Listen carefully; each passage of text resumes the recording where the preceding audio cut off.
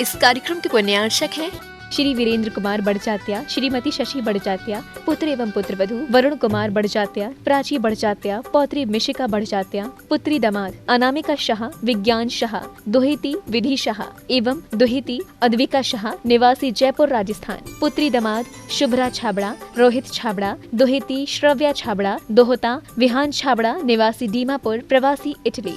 Firm Jain Motors, Jaspur Nagar, Chhattisgarh. Shri Sunil Kumar Patni, Shrimati Sumitra Devi Patni, Vineet Kumar Patni, Ritu Patni, Singapore, Khushboo Jain, Nikhil Jain, Nalbari, Assam, Shilpa Jain, Mahavir Store, Dudhnoi, Assam. Shrimati Chanda Devi Jain, Shri Tarachand जी जैन, पुत्र एवं पुत्र वधू श्री दीपक जैन, श्रीमती काजल जैन, पौत्र एवं पौत्री पार्थ जैन, काव्या जैन, पुत्र एवं पुत्र वधू श्री पंकज जैन, श्रीमती गरिमा जैन, एंजल जैन, देवांश जैन, बेटी एवं दामाद श्रीमती नीलू जैन, श्री नवनीत जैन, गुना, मध्य प्रदेश, दोहित्र एवं दोहित्री नमन जैन, नैनी जैन, बेटी एवं दामाद श्रीमती रानी जैन, श्री अमित जैन, दोहित्र एवं दोहित्री अवनी जैन, वेदांत जैन, नागपुर, समस्त इटारसी परिवार। श्री मुकेश जैन, श्री राकेश जैन, श्री प्रदीप जैन, श्री सोनू जैन, पुत्र मनोज जैन, मनीष जैन, आकाश जैन, पुत्री रूपाली, सुमन, मोहिनी, केसर, परी जैन, पुत्र वधू सुरभि जैन एवं Dhara Jain. Firm Vardhaman trading company, Vadodara, Gujarat.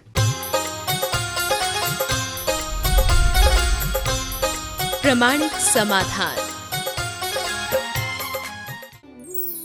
नमोस्तु गुरुदेव, जैन धर्म में भगवान या ईश्वर के संबंध में क्या अवधारणा है?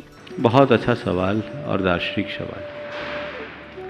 भगवान, जैन धर्म में भगवान के संबंध में क्या, ईश्वर के संबंध में क्या अवधारणा है? देखिए, जैन धर्म के अनुसार ईश्वर हमसे भिन्न कोई दूसरी शक्ति या तत्व नहीं है। ईश्वर हमारा ही निखरा हुआ रूप है। जैन धर्म में ऐसे किसी ईश्वर की मान्यता नहीं है जिसके सहारे हमारा उत्थान पतन होता हो, जो हमें पुरस्कृत या दंडित करता हो। ईश्वर हर प्राणी का सुविशुद्ध स्वरूप है। जैन धर्म का एक बड़ा सूक्त है, अप्पा सो परमप्पा। हमसे जुदा किसी ईश्वर का कोई अस्तित्व नहीं, आत्मा ही परमात्मा है। अंतर क्या है? जिसमें विकार है वो आत्मा, और जो निर्विकार हो गया वो परमात्मा। आत्मा के विशुद्ध अवस्था का नाम ही परमात्मा है, और हर आत्मा परमात्मा हो सकता है। आत्मा संसार में रुलता है, और परमात्मा एक बार परमात्मा हो गया तो सदा के लिए मुक्त हो जाता है। इसे ऐसा समझ सकते हैं जैसे धान और चावल। धान में आवरण है, उसे बोने पर अंकुर होता है। चावल निरावरण है, उसकी पुनरुत्पत्ति नहीं होती। परमात्मा चावल की भांति है, आत्मा धान की भांति है। धान से ही चावल निकलेगा। जब हमारे अंदर का आवरण छटेगा, हम परमात्मा होंगे। अब रहा सवाल उसकी भूमिका क्या है? तो ईश्वर दर्पण की भांति है। बिल्कुल सही लिखा है, उसमें हमारा कालिक दिखता है, पर पोंछने का प्रयास हमें करना पड़ता है, ईश्वर नहीं करेगा। ईश्वर जगत करता नहीं है, पर वह एक हमारे लिए प्रेरक निमित्त है। उनके सानिध्य में जाकर हम अपने भीतर की ईश्वरीय सत्ता को पहचानते हैं। हमने ईश्वर के एक मूर्त रूप को जो मंदिरों में बिठाया है, वो उस आत्मा के विशुद्ध स्वरूप को है, जो एक दर्पण की तरह है, जिनमें हमें हमारी छवि का ज्ञान होता है। जो लोग कहते हैं कि मुझे ईश्वर के दर्शन हुए, मुझे परमात्मा से साक्षात्कार हुआ, वो किसी अन्य ईश्वर या परमात्मा की धारणा है। जैन धर्म ऐसे किसी सर्वशक्तिमान जगतकर्ता और जगत नियंता ईश्वर का अस्तित्व ही स्वीकार नहीं करता, उसे एक स्वतंत्र रूप में देखता है। तो सच्चे अर्थों में देखा जाए, हम आप सब ईश्वर हैं। जगत का चराचर जगत के चराचर प्राणी में वह ईश्वरीय सत्ता है, सब के सब ईश्वर है। हाँ, उसको हम अभिव्यक्त करें तो हम बाहर उस प्रेरणा के लिए भगवान के दर्शन के लिए जाते हैं, जिससे हमें हमारी आत्मसत्ता का बोध हो। नमोस्तु गुरुदेव। यदि हिंदी और संस्कृत भाषा के श्री सिद्ध चक्र विधानों में सिद्धों के गुण एक समान हैं, तो फिर संस्कृत के विधान को ही महत्व क्यों दिया जाता है? देखिए, विधान तो विधान है, आप कोई भी कर सकते हैं। आपने पूछा दोनों के प्रभाव में क्या अंतर है, ये तो उनसे पूछो जिनने दोनों किया है। इन्होंने खुद ने भी किया है। अंतर अनुभव में आता है कि नहीं आता है? खुद बता दो। मैं तो श्रेष्ठ कहता नहीं, लोगों को ही श्रेष्ठता दिखती है, इसलिए लोग कहते हैं। देखिए, संस्कृत के विधान में और हिंदी के विधान में एक मौलिक अंतर है। संस्कृत के विधान की जो प्रक्रिया है उसमें कोई तामझाम नहीं है, उसमें अनुष्ठान है, जाप्यानुष्ठान है। और जब हम संस्कृत में विधान करते हैं तो हर मंत्र का 9 बार उच्चारण करते हुए करते हैं। तो हमारे लिए सिद्धों की आराधना का एक विशेष अवसर मिलता है। संस्कृत के विधानों में मंत्र तो एक बार उच्चारित होता है और उसके दोहों और पंक्तियों के गायन में ही लोग इतना समय खा जाते हैं कि मंत्र कब बोला जाता है किसी को पता ही नहीं लगता। वहाँ केवल ढोलक की थाप सुनाई में पड़ती है, म्यूजिक सुनाई पड़ती है, जो अनुभूति होनी चाहिए वो नहीं घटती। संस्कृत के विधान में इस तरह का कोई तामझाम है ही नहीं, तो सीधे आत्मा को छूती है। अर्थ आप न भी जाने तो इन मंत्रों का ध्वन्यात्मक प्रभाव होता, फोनेटिक इम्पैक्ट आता है, आपको उसका असर पड़ेगा। और इसके बड़े अच्छे परिणाम कई लोगों ने सिद्ध चक्र विधान समय समय पर किया है। वे अपने अनुभव बताते, आज मैं नहीं बताऊंगा, लेकिन वो अनुभव जिनने अपने जीवन में सिद्ध चक्र विधान किया है, वो अनुभव बड़े अद्भुत अनुभव है। लोगों के शारीरिक, मानसिक, भौतिक और आर्थिक समस्याओं का निदान बहुलता से हुआ है, विशुद्धि बढ़ी है। तो ये आप प्रयोग कर सकते हैं, आप करके देखें, ये शोध में काम आएगा। इसी तरह जिन लोगों ने सिद्ध चक्र विधान से अपने जीवन में कोई अनुभव घटाया है, वे भी अपने अनुभव भेजें, तो ये और लोगों के लिए प्रेरणा बनेगी। हाँ, उसमें अतिशयोक्ति मत करना, जो यथार्थ है वो लिखना, तो एक अध्ययन का विषय बनेगा। ऐसा करके हम बहुत अच्छे परिणाम दे सकें। नमोस्तु गुरुदेव। लोग डॉक्टर्स को धरती का भगवान मानते हैं, तो उन्हें क्या उपाय करने चाहिए जिससे लोगों के इस विश्वास को कोई ठेस न पहुंचे? बहुत अच्छा भाव प्रकट किया है। भारतीय परंपरा में चिकित्सकों को बहुत ऊंचा स्थान दिया है और चिकित्सा को कभी व्यवसाय की दृष्टि से नहीं देखा गया, उसे एक सेवा की दृष्टि से देखा गया। हमारे शास्त्रों में चिकित्सक को प्राणाचार्य की संज्ञा दी और उसे भगवान के प्रतिनिधि के रूप में देखा गया कि ये भगवान के प्रतिनिधि हैं, इस रूप में देखा गया। और निश्चित रूप से मानवता की रक्षा में चिकित्सकों का बहुत ऊंचा स्थान है। ये आपने बिल्कुल ठीक कहा है कि भगवान से जीवन मिला है तो चिकित्सक उसे बचाते हैं। इस दृष्टि से चिकित्सकों के महत्व को कभी कम नहीं आंका जा सकता और हमारी संस्कृति में सदैव चिकित्सकों को वही सम्मान दिया जाता रहा। बदले हुए परिप्रेक्ष्य में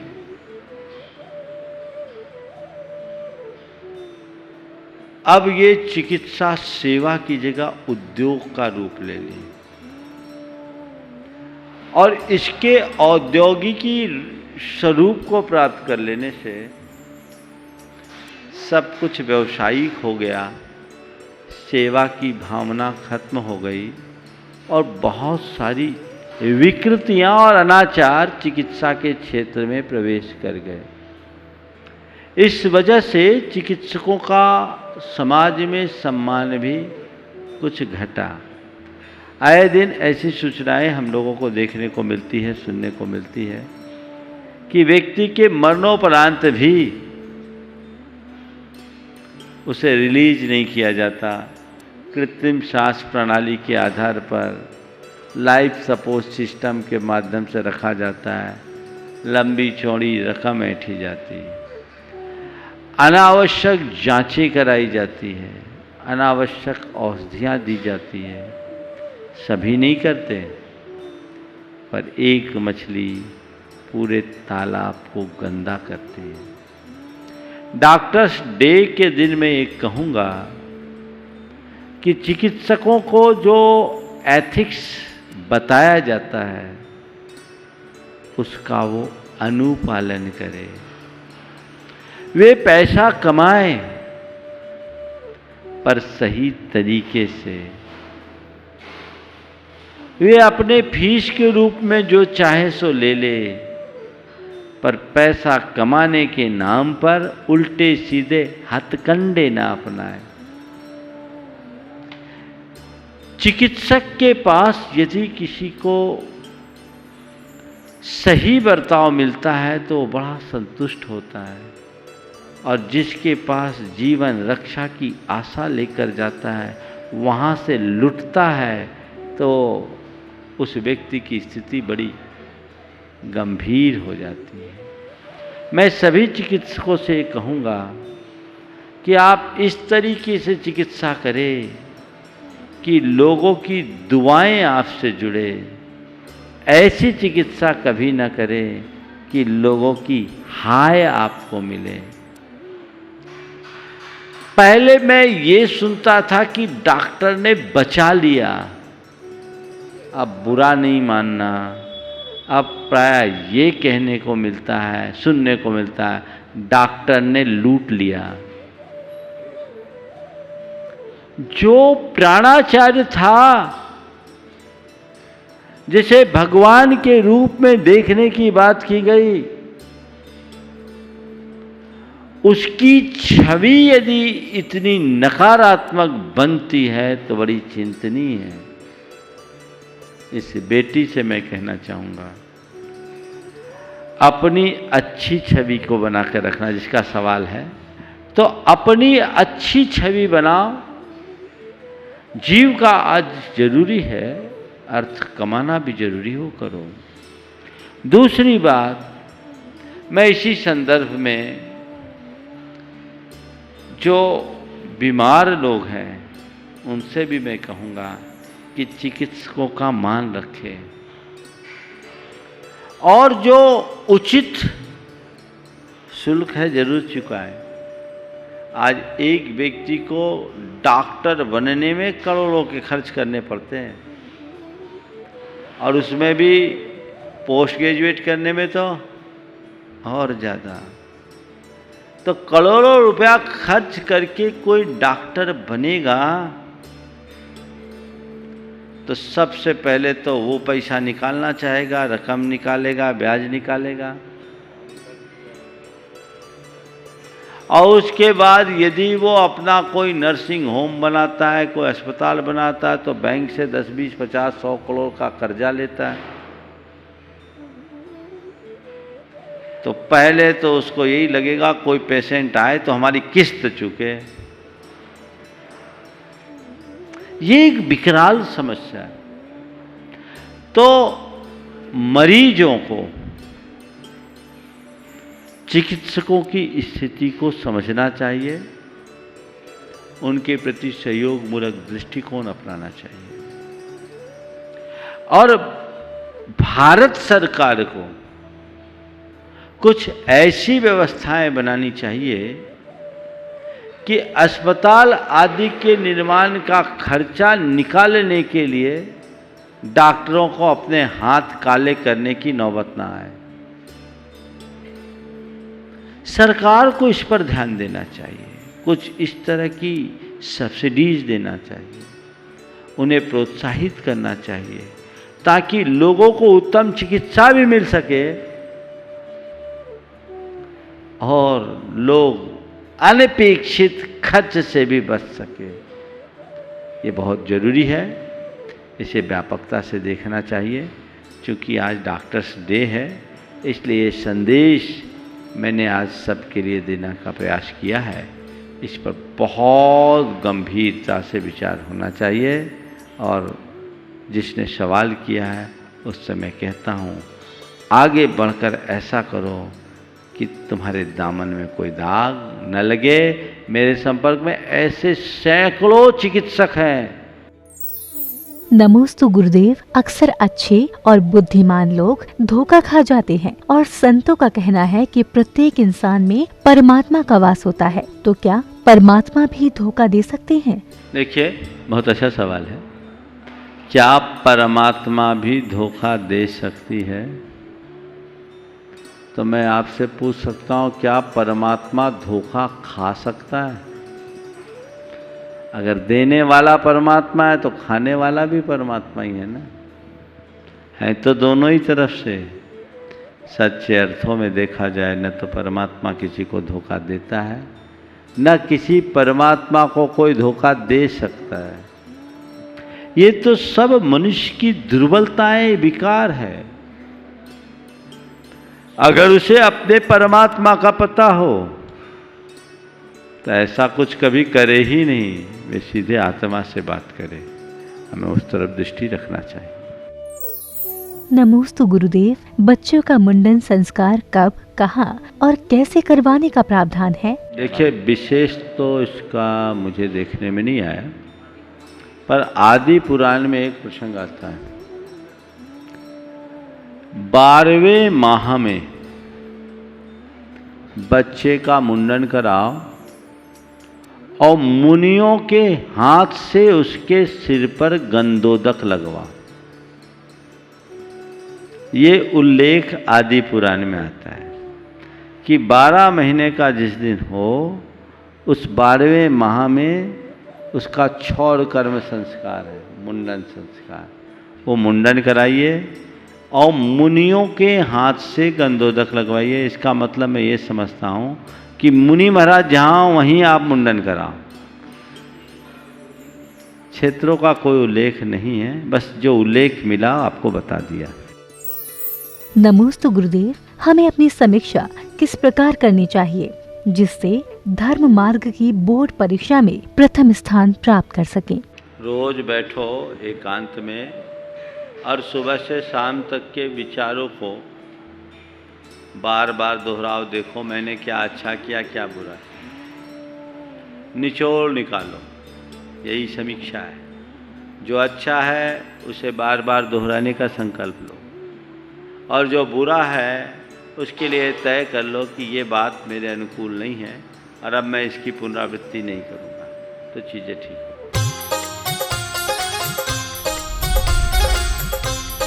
प्रमाणिक समाधान।